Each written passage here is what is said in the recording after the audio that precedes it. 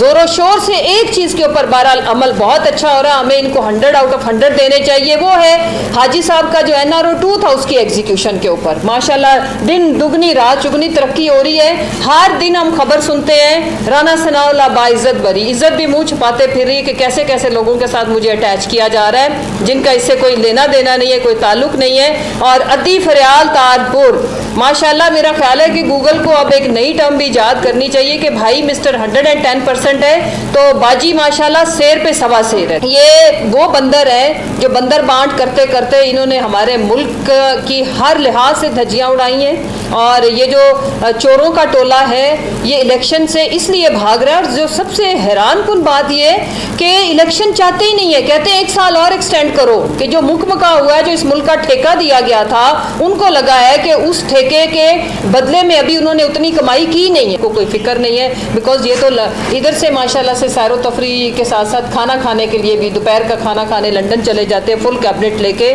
10 अरब रुपए गरीब आवाम का खर्च कर चुके हैं सैरो तफरी के ऊपर। और एक वो जो कंफ्यूज्ड खारजा मिनिस्टर है, अपने नाम की तरह अम्मा का भी नाम अब्बा का भी नाम, इसी तरह जो काम वो कर रहे हैं वो सैरो तफरी का कर रहे हैं। और साथ टाइटल कौन सा लगाया हुआ है वजीर खारजा का, मेरी मुराद बिलावल है, वो जरदारी है या भुट्टो ये कौम खुद फैसला करेगी इंशाल्लाह इस दफ़ा इलेक्शन में। लेकिन वो वजीर खारजा नहीं है। 1 अरब 75 करोड़ रुपए लगाने के बाद मुझे ये बताएं कि आज इस मुल्क की खारजा पॉलिसी क्या है। तो मैडम ये बताएं कि तहरीक-ए-इंसाफ ने हमेशा आइन और कानून की बालादस्ती की बात की और अभी आपने नून लीग के या वज़ीर दाखिला हो या मरीम और उनको GIT ने तलब किया, लेकिन तहरीक-ए-इंसाफ के चौथी सरकार को GIT 2 बार तलब कर दिया और दोनों बार एक अरकान भी पेश नहीं होता है। तो क्या आप अपनी GIT को मजाक समझ रहे हैं?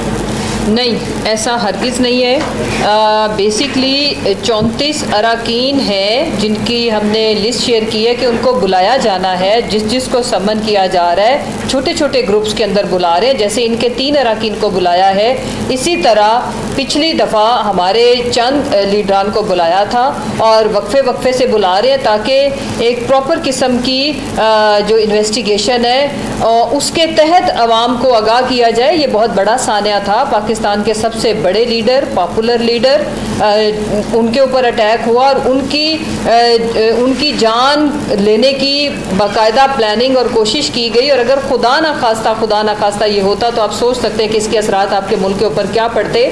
इस तरह नहीं है। हम तो अपने आप को देखें, हमारी सारी जंग ही है कानून की बालादस्ती की, आइन की बालादस्ती की। इसी को ही हम हकीकी आज़ादी कहते हैं। जिस दिन रूल ऑफ लॉ आपके मुल्क के अंदर इम्प्लीमेंट हो गया, ये सारी जो अभी हमारा बहस मुबाहिसा जो हम चीख के बातें कर रहे होते हैं इनकी ज़रूरत नहीं पड़ेगी। कानून के ताबे लाना ही हमारी जंग है और इस जंग में इंशाल्लाह पाकिस्तान की आवाम की मदद से हम जीतेंगे। अभी आपने इंतहाई अहम मसले पर आपने प्रेस कॉन्फ्रेंस की है फूड सिक्योरिटी के हवाले से, जबकि पंजाब में वज़ीर खुराक भी है, वज़ीर ज़राअत भी है। क्या उनका इंटरेस्ट नहीं है इस तरह के मसाइल में, या उनके पास इतना इंफॉर्मेशन नहीं है कि ताकि वो यहाँ पर आके पंजाब हुकूमत की बाकायदा नुमाइंदगी कर सके और ब्रीफिंग दे सके? नहीं, गाहे बगाहे उनकी प्रेस कॉन्फ्रेंसेस मैंने खुद अरेंज कराई हैं, चूँकि आज एक ओवरऑल सारा जो सब्जेक्ट था वो नेशनल सब्जेक्ट था, उसमें प्रोविंशियल सब्जेक्ट को हमने टच नहीं किया।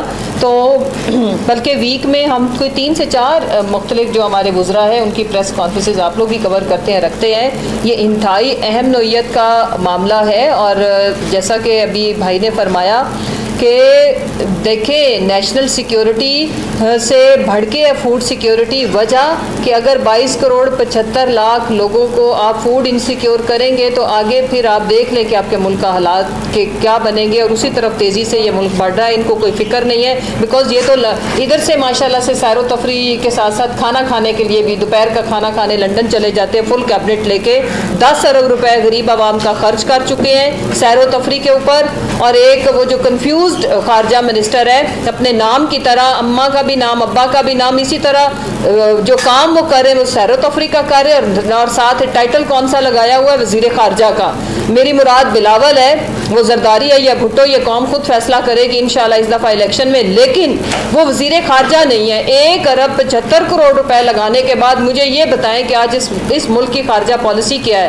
तो ये वो बंदर है जो बंदर बांट करते करते इन्होंने हमारे मुल्क की हर लिहाज से धज्जियां उड़ाई हैं। और ये जो चोरों का टोला है ये इलेक्शन से इसलिए भाग रहा है। और जो सबसे हैरानकुन बात ये कि इलेक्शन चाहते ही नहीं है, कहते हैं 1 साल और एक्सटेंड करो, कि जो मुकमका हुआ है, जो इस मुल्क का ठेका दिया गया था, उनको लगा है कि उस ठेके के बदले में अभी उन्होंने उतनी कमाई की नहीं है, इसीलिए सोयाबीन के भी जो कंटेनर है रोके हुए हैं। इसीलिए जो ज़ोरों शोर से एक चीज़ के ऊपर बहरहाल अमल बहुत अच्छा हो रहा है, हमें इनको 100 आउट ऑफ 100 देने चाहिए, वो है हाजी साहब का जो NRO 2 था उसकी एग्जीक्यूशन के ऊपर। माशाल्लाह दिन दुगनी रात चुगनी तरक्की हो रही है। हर दिन हम खबर सुनते हैं राना सनाउल्लाह बाइज्जत बरी, इज्जत भी मुंह छुपाते फिर रही है कि कैसे कैसे लोगों के साथ मुझे अटैच किया जा रहा है जिनका इससे कोई लेना देना नहीं है, कोई ताल्लुक नहीं है। और अद्दी फरियाल ताजपुर, माशाल्लाह मेरा ख्याल है कि गूगल को अब एक नई टर्म भी ईजाद करनी चाहिए कि भाई मिस्टर 110% है तो बाजी माशाल्लाह शेर पे सवा शेर है। Thank you. आपको पता है कि पाकिस्तान की तारीख़ का अफसोसनाक तरीन सानिया था और आज पूरी कौम के दिल दोबारा उस गम में, मैं कहती हूँ, और स्पेशली माएँ, और अल्लाह ना करे कि कभी पाकिस्तान के अंदर हम इस तरह के किसी सहाने की अल्लाह ना करे कि खबर सुने। और मेरी ढेरों दुआएं वो जो हमारे बच्चे शहीद हुए उनके लवाहिकीन के साथ, उनकी फैमिलीज़ के साथ, और मैं उनको खराज तहसीन पेश करती हूँ कि जिस तरह से उन्होंने मैं कहती पहाड़ों जितने गम को बर्दाश्त किया। उसके साथ JIT जो इसी नौइयत का एक बड़ा सानिया मैं कहूँगी कि जिसमें पाकिस्तान तोड़ने की साजिश तक मुलव्विस थी कि अगर पाकिस्तान के इतने बड़े पॉपुलर लीडर खुदा न खास्ता अगर उस साने में कुछ हो जाता तो फिर आप इमेजिन कर सकते हैं कि पाकिस्तान के अंदर आज इस वक्त क्या हालात होते। तो JIT ने क्रिमिनल मिनिस्टर राना सनाउल्लाह और झूठों की महारानी जो कनीज़ अव्वल मेरा ख्याल आजकल वो बनी हुई हैं मरियम औरंगज़ेब, और उनके साथ कब्ज़ा माफिया के सरगना जावेद लतीफ़ को समन किया है। मैं उम्मीद रखती हूँ, वैसे तो इनका आयन और कानून के साथ कोई ताल्लुक़ नहीं है, लेकिन मैं फिर भी उम्मीद रखती हूँ कि हमारी ये JIT विल इंश्योर कि ये आएँ और बताएं जो भी उनके साथ जो भी JIT उनके सामने सवालात रखती है उसका आके जवाब दें, कौम को भी आगाह करें, अपनी सफाई पेश करें। फिर मैं तलाल चौधरी को बताना चाहती हूँ कि आपकी वो बाजी जो छोटी सर्जरी के सिलसिला में गई हुई हैं, उनकी माशाल्लाह से ज़िंदगी के अंदर कोई चीज़ भी अपने पैसों की नहीं है। वो चोरी के माल पे माशाल्लाह जिस तरह से उन्होंने परवरिश पाई और उसका नज़ारा आज पूरी कौम ने, इंटरनेशनल कम्युनिटी भी करती है कि मेरी लंदन तो क्या पाकिस्तान में भी कोई जायदाद नहीं है, उसका हिसाब दो। और पहले जिनके कहने के ऊपर आके आप अपनी और अपने ख़ानदान की तौहीन कराते हो झूठे फोहश किस्म के इल्ज़ामात लगा के, तो जो हमज़ा की वालदा का चमड़े का कारोबार है, प्लीज़ उसकी रसीदों का लाजमी जिक्र किया करो दूसरों के ऊपर बहतान लगाने से पहले। इंशाल्लाह आयन और कानून से हम आपका मुहासबा करेंगे और आवाम आपके इस झूठे प्रोपेगेंडा को बाय करने वाले नहीं है।